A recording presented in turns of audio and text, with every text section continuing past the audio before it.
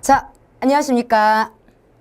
자, 또 여름이 왔어요. 그쵸? 우리 이 여름쯤 되면 또 여러분들이 하셔야 될 거. 그쵸? 적성검사. 우리 작년에도 이어서 이제 올해에도 적성검사를 준비를 하실 건데요.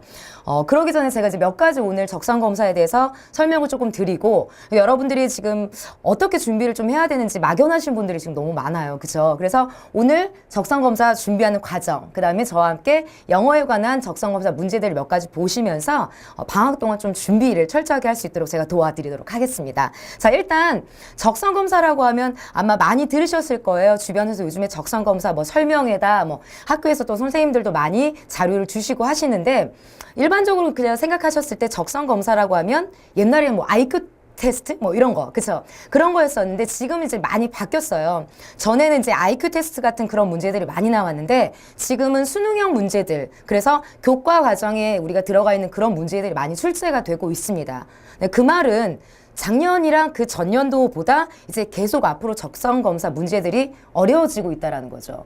그러면 적성검사를 굳이 준비를 해야 될까? 뭐 이런 생각을 또 많이 하시죠. 자, 근데 아마 발표하는 걸 아마 들어보셨을 거예요. 이번에 이제 교육부에서 발표하기로는 뭐 정시, 뭐 그다음에 수시 이렇게 있는 걸 정시를 좀 많이 늘리고 수시를 좀 줄이겠다라고 얘기를 했는데, 그럼에도 불구하고 아직도 우리가 전체 수시는 66% 정도를 차지하고 있습니다. 일반적으로 정시보다는 수시에 들어갈 수 있는 확률이 높고, 그리고 이제 우리가 수시라고 보통 얘기를 하면 뭐 논술고사도 있고, 그 다음에 학생부 성적을 바탕으로 해서 들어가는 수시가 있는데, 그런 것들은 사실 아시다시피 이제 굉장히 높은 학교들, 그죠? 우리가 소위 말하는 뭐 스카이나 그 아래 이제 서성한 이렇게 얘기하는 학교들을 지목을 하고 있고, 일단 중위권에서 중하위권 학생들은 수시로는 조금 힘들겠다라는 생각을 많이 하십니다. 근데 그게 가능한 게 바로 적성검사죠. 자, 보통 적성검사 같은 경우는 언어 영역 부분하고 수리 영역 부분의 문제를 풀게 됩니다. 학교마다 이제 문항수가 다르긴 하지만 적게는 40문제에서 뭐 많게는 80문제 정도. 자, 그렇게 섞여 있고, 언어 영역 부분에서 이제 우리가 말하는 국어, 그 다음에 영어, 이 두 파트가 들어가 있는 학교가 있고, 또는 국어만 보는 학교가 있고 영어만 보는 학교가 있죠. 에다가 이제 수리 영역이 들어가는데, 수리 영역 같은 경우도 뭐 중학 수학이 들어가고 혹은 고교 수학까지 같이 들어가는 학교에서 학교들마다 조금 달라요. 그래서 만약에 적성검사를 준비를 하셔야 한다 그러면 보통 이제 내가 봐야 되는 학교, 그 다음에 나에게 맞는 학교, 어떤 유형이 시험을 보는지, 몇 문항이 나오는지, 뭘 준비해야 되는지, 이런 것들이 좀 준비가 되어야 하지 않을까 싶어요. 그래서 여러분들의 이제 고민을 제가 오늘 좀 덜어드리도록 하겠습니다.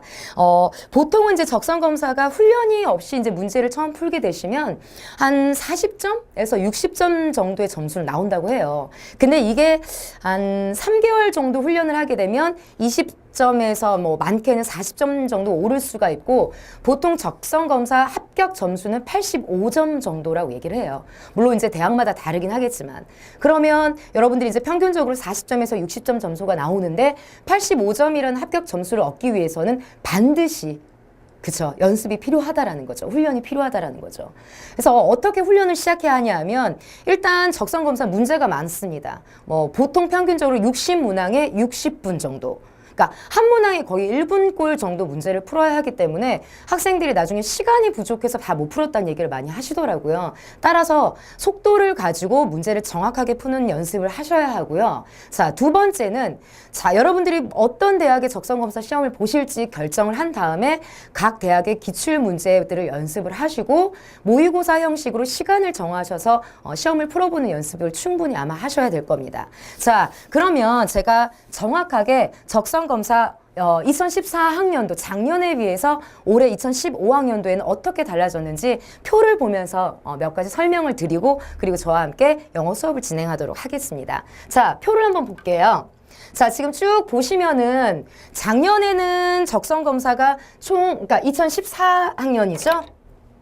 자, 2014학년에는 원래는 28개의 대학이 한 16,000명 정도 정원을 모집을 했었습니다.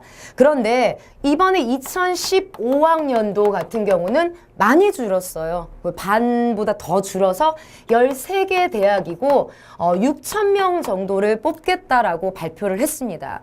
자, 보시게 되면 일단 학교 수가 15개 정도가 줄었고 그리고 인원 같은 경우도 거의 10,000명 정도 정원을 줄이겠다고 얘기를 했기 때문에 작년 같은 경우는 학교도 되게 많아서 적성 준비를 하셔서 적성 검사로 이렇게 학교를 들어가신 학생들이 많아요. 근데 이제 올해는 이렇게 좀 많이 줄다 보니까 어떡하지?